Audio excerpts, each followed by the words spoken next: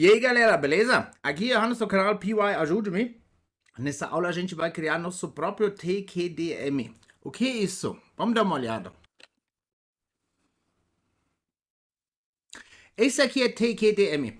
É basicamente para te mostrar como o seu loop está indo, entendeu? Você aqui é bem simples, aqui vamos dar uma olhada nesse código. Você pode usar pip install tqdm, depois pode importar desse jeito e usar. Em vez de fazer isso aqui, olha, porque se a gente fizer isso aqui, a gente não vai saber nada de procedimento do nosso loop. É só uma tela assim, a gente não sabe que está indo para frente ou não, né? E o tqdm está mudando isso. Só que acontece que o tqdm, o sistema, como funciona, tem vários conceitos interessantes de Python que eu já expliquei em várias aulas para iniciantes. E agora você pode ver como usar essas coisas na prática, ok? Nosso vai aparecer assim. Nosso eu chamei bem criativo, eu chamei tqma, eu não sei porquê, mas aqui, olha aqui, esse vai ser nosso aqui. Ok? Claro, depois, como lição de casa, se você quiser, você pode acostumar ainda, colocar tempo, né? Isso não vai ser muito difícil de fazer. Então, bora lá, mão na massa, como funciona esse negócio? Então aqui é uma coisa bem simples, né? Um loop bem simples. Aqui eu vou de 0 até 9, como esse range, né? Ele me dá aqui uma range de 0 até 9. Aí agora eu coloco F é 0, vamos colocar F aqui, melhor.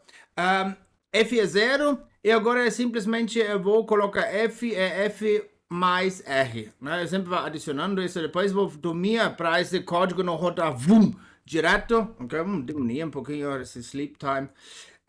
Pronto, e no final das contas eu imprimo o negócio, né? E como eu já falei, quando você tem aqui um cálculo pesado, aí você já só quer, e aí como tá indo? Tá conseguindo Python? Tá tudo bem aí?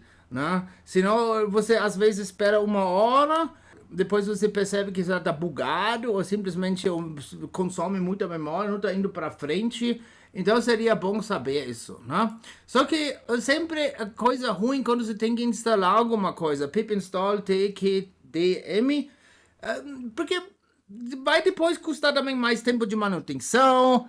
Quando tem mais coisas instaladas, isso automaticamente quer dizer mais problemas podem acontecer. Se fica com Python puro, às vezes é melhor. Claro, é muito conveniente, né, fazer pip install, mas hoje em dia eu tento evitar usar menos pacotes possíveis, entendeu?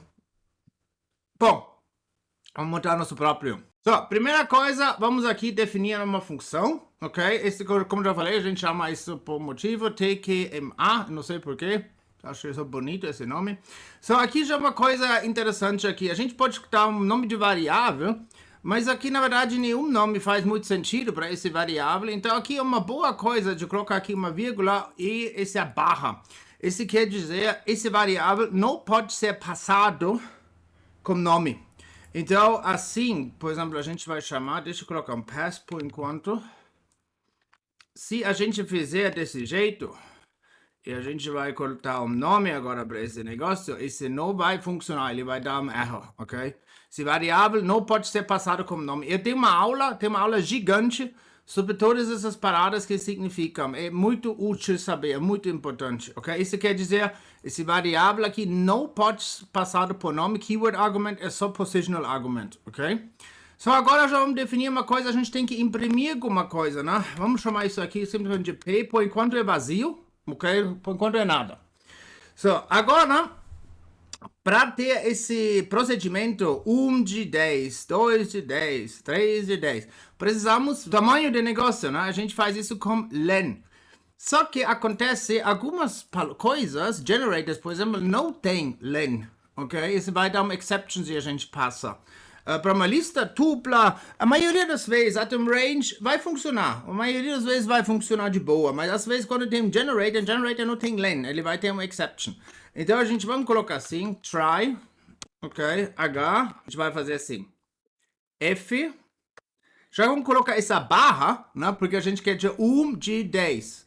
2 de 10, 3 de 10. Então, eu vou colocar uma barra, você pode colocar qualquer outra coisa se você quiser.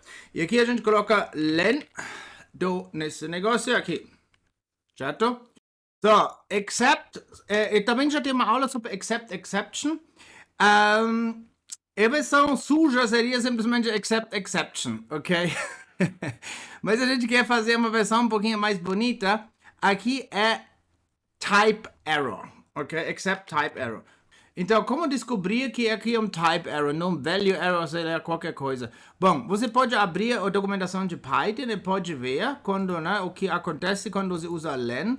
E tem error, ou você, se você é preguiçoso, que nem eu, aí você recriar rapidinho uma situação como um generator. Por exemplo, assim. Se eu colocar baba é zip range 5, né? E se a gente colocar esse negócio aqui, seria 2, 2, 3, 3, 4, 4. E agora a gente vai colocar um len aqui no baba. E ele vai nos dar um type error, ok? Então, podemos colocar aqui except type error.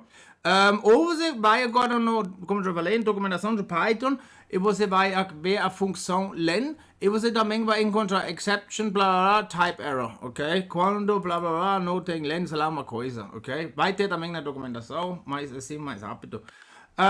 Então a gente vai no caso de type error, né? É importante você assistir a aula de exceptions, onde eu explico essas paradas, né? Try, except, finally, erase. É super importante, é um bagulho extremamente forte, poderoso e muito agradável.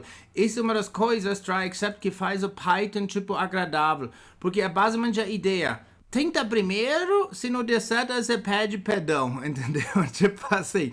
Com outras linguagens de programação não é assim. Aí você já tirou no pé, bum, aí já era. Entendeu? Com Python, você fala, olha, você pode tentar, se não der certo, você pede perdão, fala, tá bom, desculpa. Aí então coloca outra coisa. Vamos colocar nada, ok? Simplesmente não vai ter. Se a gente passa um generate, simplesmente não vai ter 1 de 10, 2 de 10, 3 de 10, ok? A gente vai usar aqui uma solução simples. Também tem jeito de fazer, ok? Vai ser mais rolê, então vamos deixar desse jeito. Agora vamos colocar aqui for I, a gente vai dar, sei lá, um segundo nome para variável. Vamos colocar 2 underlines agora. Enumerate. É aqui. Agora que essa linha faz, a gente está enumerando nosso iterável aqui, ok? Então, e aqui vai ter um i, esse vai ser o número, esse vai ser o iterável, certo? Agora, como a gente vai tratar esse negócio? Aqui serve super bem o yield. Na verdade, eu acho que só tem como com yield. Honestamente, eu não li o código de tqdm. Eu só reconstruí como eu fazer isso. Aí aqui seria o yield. Porque assim, esse bagulho vai continuar rodando e esse também vai continuar rodando. Os dois, entendeu? Perfeito. E agora a gente precisa só linha que a gente vai imprimir, né? Cada um vai ser a mesma linha. Olha, então, nosso caractere vai ser, olha, agora você vai apertar no seu teclado Alt, você vai segurar Alt, agora você vai esse num block, sabe, os números aqui do lado, você vai escrever 219. Aí tem esse bloco, ok? Isso vamos usar. ASCII caractere 219. Perfeito. Isso vai ser nosso bloquinho. E agora, cada vez a gente precisa aumentar esse bloco, a gente tem que apagar a linha antiga que já estava escrito lá. Então a gente vai colocar assim. P, R, F, uma F-string. Assim a gente vai apagar a linha antiga, como esse R, carrier return, né?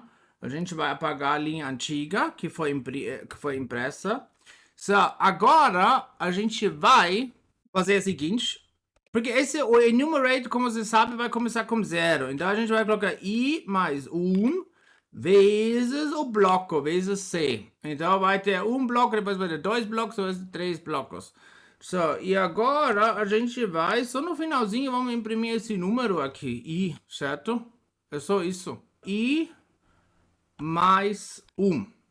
Agora aqui a gente pode até, se você quiser, usar o Whalers Operator. A gente pode, aqui não é agora a grande coisa de fazer isso, mas é bom para aprender o conceito. Se for mais cálculo, um cálculo mais elaborado, vamos dizer, Aí lá seria uma boa fazer de qualquer maneira, mas bom, i mais 1 agora não é tão pesado para a CPU, né? Mesmo sendo Python, devagar. Mas para manutenção do código, provavelmente é melhor fazer desse jeito. Tem uma aula sobre esse Whalers Operator, né? Então a gente basicamente a H está agora disponível também aqui. A gente criou esse negócio da disponível. E agora, vendo agora, a gente já tem H aqui. A gente tem que dar outro nome, então coloca G.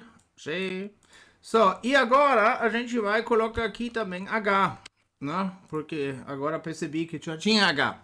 Então, resumindo, apaga a linha anterior. Faz i mais 1, porque começando com 0, então a gente tem que colocar mais 1.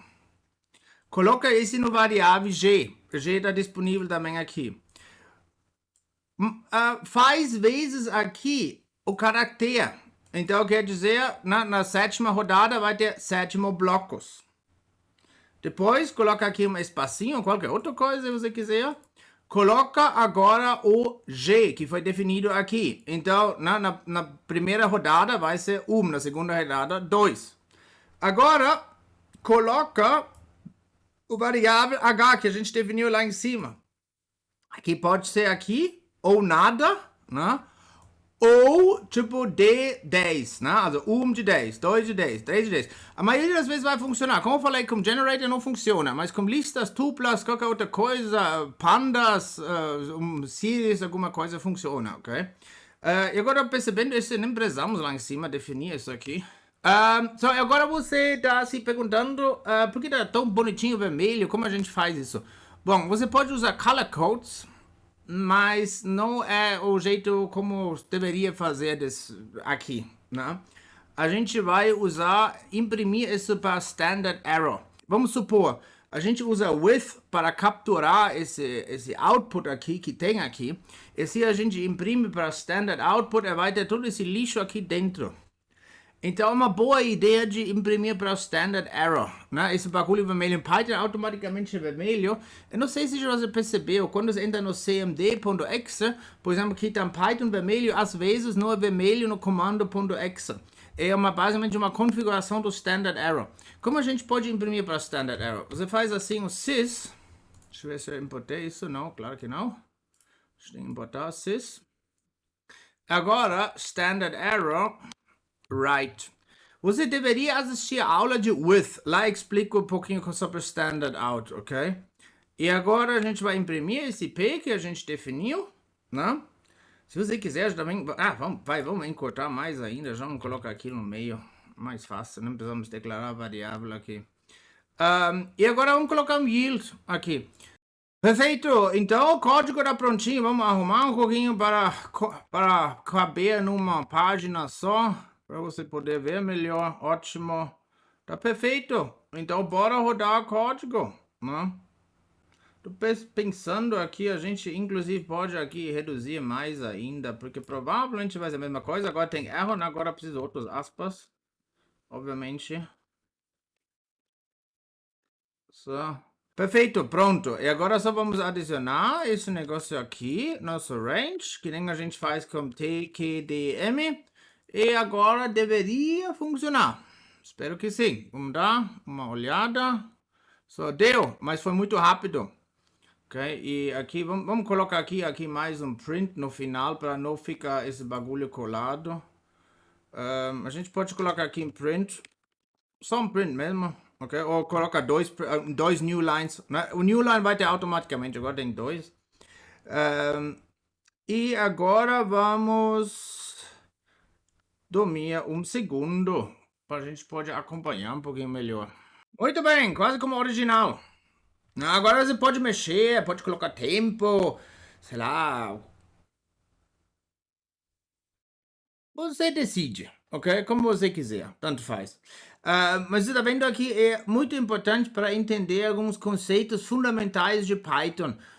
Não simplesmente somente imitar esse negócio, mas geralmente, como eu aprendi Python, a maior parte que eu sei foi por causa disso. Aí eu pensei, nossa, como os caras fazem isso? Eu também quero saber. Aí eu li código, eu tentei fazer sem ler código. No começo eu não entendia muito bem o que eles faziam no código. Aí assim foi. Assim, por exemplo, eu fiz essa aula sobre pandas, né? Onde eu coloquei esses ursinhos lá tirados.